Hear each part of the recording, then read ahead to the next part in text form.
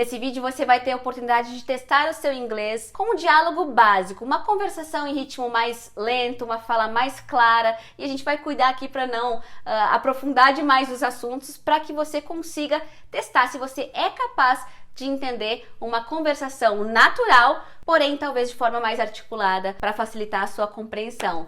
Eu sou a Karine, essa é a Teacher Isabel do Team English in Brazil. Hello there! Se você fizer parte do English in Brazil, eu vou te dar aula lá uma vez por mês. E toda semana tem aula com os professores do English in Brazil no Conversation Club. Isso aí, eu vou deixar o link do nosso curso completo aqui na descrição, que é realmente um cronograma de estudos transformador, com aulas gravadas, aulas ao vivo com os teachers do nosso time, aulas particulares de conversação, mas enfim, é um grande pacote para você transformar a sua realidade com o seu inglês. Então vamos ver como vai funcionar. Eu e a Isabel vamos conversar aqui, passeando sobre alguns assuntos que são mais básicos e vamos evoluindo ao longo da conversa.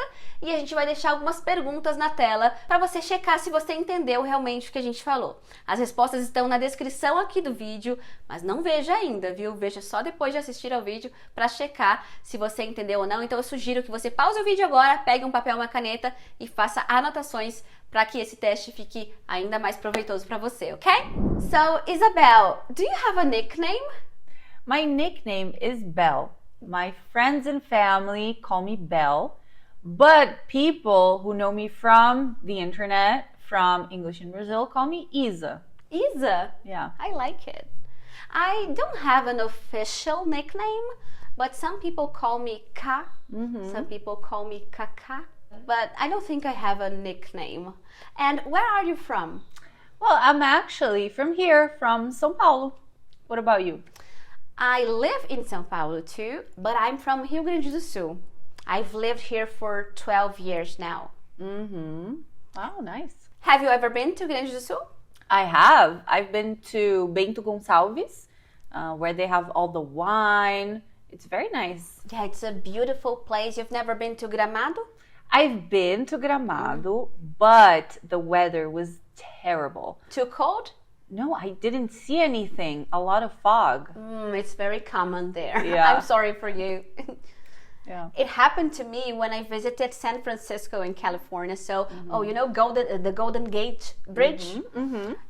I couldn't see the bridge. I know it was there, but it was, you know, covered by fog. Yeah, I know the feeling. I went, but I didn't see. And tell me about the places you visited in Brazil. What's your favorite place, if you have one? Well, I love Rio. I've been to Rio many times. Where else? I've been to quite a few places in Brazil. One of them was Chapada dos Veadeiros, where they have all the waterfalls and you can go on hikes. It's beautiful, a lot of nature. I love it.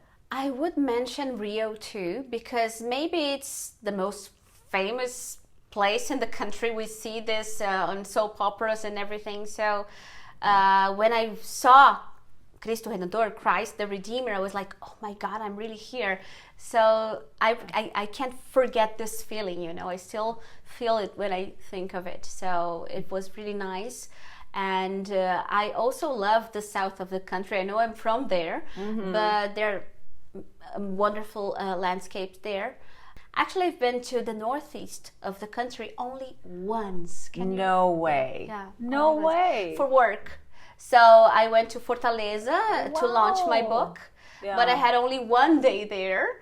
So I could see the beach in Fortaleza, and I went back to work, so I couldn't see many things. Well, you have to go back then. Yes. Yeah. What's your favorite place in the northeast of the country? I love Bahia. Bahia. I love Bahia. I've been to Bahia many times, more specifically Caraíva. That place is magical. So I highly recommend to anyone watching, go to Caraíva. And what about the north of the country? Have you ever been there? No, I've never been to the north, but I really want to go. Me too. I think I should travel more. Well, Brazil's such a big country, you know, it's hard to get to know all of these different places. But we are so lucky because we have so many places to visit. Yeah, but at the same time, sometimes I feel that traveling inside the country can be very pricey. So sometimes if you think, well, should I go to that place in Brazil or should I travel abroad? So sometimes I feel like traveling abroad because the amount of money is almost the same. Mm-hmm. Exactly. So yeah, this is one of the things we have to consider.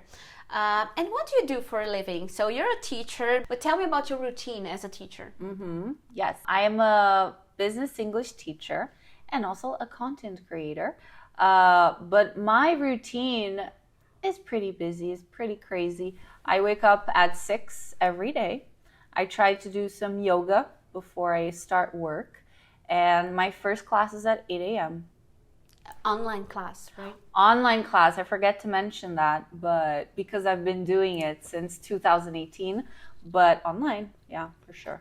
And then you start teaching, and you teach during the day, and then... Well, I have breaks because when you teach one-on-one and online, it can be very demanding. So I do have some breaks throughout the day to have lunch, to eat, of course, but also to produce content for social media and do some other things. Mm-hmm. And it's very hard to keep, a schedule when you are your own schedule, right? So you don't have a boss or anybody to tell you what to do. Oh, my students are my bosses. Yeah, I have many bosses. That's right. But you have to be very organized in order to work, Yes, for sure. the way you do. For sure. Yeah, everything is timed. Mm-hmm. Yeah. So do you have a, I don't know, do you take notes? Do you have a I take notes. I write things on Post-its. I put them on the wall. I have a paper agenda, a paper where I write down my schedule. So this really helps. I'm not into writing things down on your phone. I like to write by hand and on paper so you can see, And what do you usually do on weekends? On weekends, depends. If I stay here in São Paulo, I like to see my friends. I have lots of friends. I love my friends. So we like to go out to nice restaurants or do an exercise class, things like this. If I'm not here, I like to go to the countryside and spend time in nature with my family and my dogs. She has 1,000 dogs. How many dogs do you have? I have 20 dogs. And Can you believe it? I'm not exaggerating. It's that exact number. Do you know each dog's names? Of course. Yeah. That's my superpower. I can tell who it is, from afar. Yeah, but they really look alike. So, oh my God, how do you know? Yeah. No, they're different. They have different personalities. Okay. Yeah. Different spots? Yes, exactly. Different sizes. One's skinnier, one's fatter. It's cute. Well, having 20 dogs is, wow, that's quite a journey. You have to do a lot of things. A lot of dogs. Yeah, a lot of dogs. Yeah. And what about you? How's your routine? Well, actually, I don't think I have a routine because I have 2 small kids, as you know. So, of course, we do have a routine, but sometimes my work routine doesn't go as expected because things happen in the middle of the way. So I wake up, we have breakfast together. I usually have scrambled eggs with bread, and they also have the same. Then, actually, my older son, he loves cereal with yogurt. So, yogurt. Yeah, with yogurt. So every morning he's like, quero meu iogurte com sucrilhos. That's what he says every morning. And then we have to serve him. I have 2 little bosses, Yeah. Yeah. So every day this is what we do in the morning. And then I play with them during the morning because we have no nanny here in the morning. And then we have lunch together. I cook lunch every day. Wow. Yeah. Do you like to cook? I do, but sometimes I don't, but I have to. Well, I like doing it. So in the afternoon, my son goes to school. My daughter usually takes a nap after lunch. And that's when I answer my emails, or sometimes I take a rest as well. So, oh my God, I just need 10 minutes here. Give me 10 minutes. And then my husband looks after her, or we have a nanny in the afternoon. Not every afternoon, but sometimes we do. And then I work. I start working, either recording videos or writing scripts or answering emails or, talking to the team, planning new projects for the English in Brazil courses.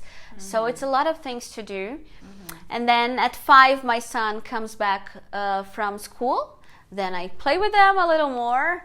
I don't cook dinner, but I prepare something, it can be the leftovers from lunch. Leftover, this is a nice word for you to learn. Yeah. The leftovers from lunch. Or, I don't know, I eat eggs again. I really like eating eggs, and So it's do healthy, I. right? Yeah. So do I. A salad and eggs. And then, well, I have to read them stories.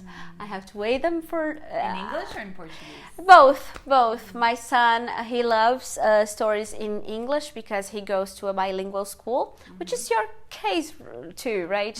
I would like you to tell me more about this bilingual childhood.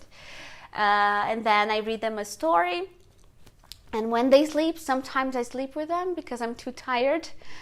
And and sometimes I take some minutes to watch TV or read something, but I don't read as much as I wanted to, you too? I know. You have the feeling, the feeling. Yeah. So this is my routine. Well, I started saying that I didn't have a routine, but I do have a routine, but it has to be adaptable, flexible, yeah. Now tell me about this experience studying in a bilingual school. Yeah, so I always say that even though I learned English very little, since I was very little, I was very privileged to have this opportunity to learn English from such a young age in such an amazing environment. So I went to an American school here in São Paulo, and where everything was in English. So the school was in English, except for História, Geografia do Brasil. But everything else was in English. So it was an immersive experience. Many teachers were international teachers. They were not Brazilians. And it was amazing. That's how I learned English. And not just that, but it made me much closer to the American culture, for example. We grew up reading famous American books and watching the movies. So it formed who I am today, my personality, my likes, my dislikes. So I'm very privileged, but at the same time, I'm very grateful for this experience because of my parents, of course. And do you think anybody who studies in a bilingual school will be bilingual in the future? Do you think? No? Do you remember your classmates? Yes. Yeah, exactly. That's a good question, Karina, because even though I'm an English teacher nowadays, my English is not just my English because of how I learned it. I had to work on it after, after high school. With any language, if you don't use it, you lose it, which has been the case of many classmates of mine. Their English is not as good as mine. What about your brother? Did he study in the same school, at the same school? He went to the same school, yeah, for a little bit. No, for many years. We studied at the same school. And what about his English? His English is beautiful. He has beautiful English. But it's because he works on his English too, right? As well, exactly. And he's also an English teacher. Yeah. And he works with me. I also have a sister who's an English teacher. Oh my God. We're going to take over the world. Yeah, yes. English teachers are everywhere. Exactly. At least in our routine, in our environment. And I suppose you've already been abroad. Have you ever been to the States? Yes. I have been abroad to the United States, yes. I even lived there for a year and a half. When I think about it, it was in 2008. Wow, so long time ago. It's been a long time, yes. Long time ago. And do you remember the first time you were there, do you remember the feeling, or do you remember if your English was really working, or if you had to, make a huge effort to understand, or was it okay for you? It was fine, but you do have to adapt. There is a moment of adaptation. especially because I was in contact with people from all over the world. So everyone had an accent, everyone talked differently, and that showed where they were from. You could tell where they were from, and that's beautiful. But I definitely learned a lot of slang living there, a lot. Can you share one? Do you remember? Yeah, I do. Mad. So when you want to say something is very, you use mad. So, you know, it was mad hot in that room. So it was very hot. Do you think it's still used? Do you think it's still trendy? I think so. I think I heard it the other day, but I think so. Yeah. And then were you there to study or to work or to what? To have fun. Also. I was there to study. I went there to study. To study what? I went there for university to go to college. Yeah. But I only stayed a year and a half, so I didn't choose an area of study because I came back before. Because in the United States, it's a little different than in Brazil. In the US, the first 2 years, you study everything. So you can study history, you can study Spanish, you can study math. And then at the end of your second year, you have to declare a major, which is choosing an area to study. But before that, I came back because it was too cold. Oh. It's freezing in New York in the winter. But it's at the same time, it's really beautiful, right? No, you don't think it's beautiful? Central Park? No, because, well, I've never stayed there for a long period of time. But in 2017, I guess, I went to New York in the summer first. It was my first time in New York, and I went there because of my YouTube channel, this YouTube channel, because Google invited me to go there for an event. And I remember the feeling. I was like, okay, it's not, you know, the way I thought. Because I was there, you know, at Times Square. It was hot.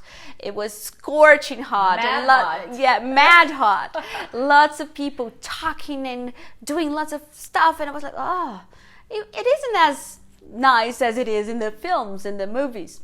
Yeah. So that was my first feeling. And then in the same year, I was invited to go there again for another event, but in the winter.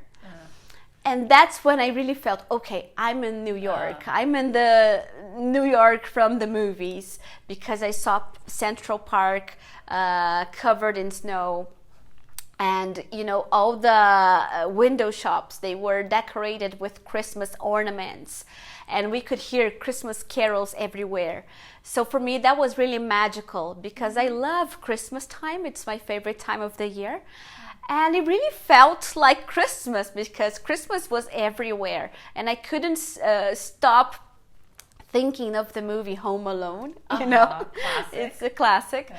And so it was really magical for me. So it was cold, but not that cold. Yeah. But it was white. So it was a white New York, and it was very special for me. Well, I'm happy you had a really good experience. For me, it's just like thinking of the snow and the cold. No, thank you. So you wouldn't live in Rio Grande do Sul? Because it's cold there. No snow, but it's quite cold. I like this cold. This São Paulo cold for me is great. It's like 25 degrees, and this is cold for you. Okay. Chilly. That's why you love Bahia. Now I see.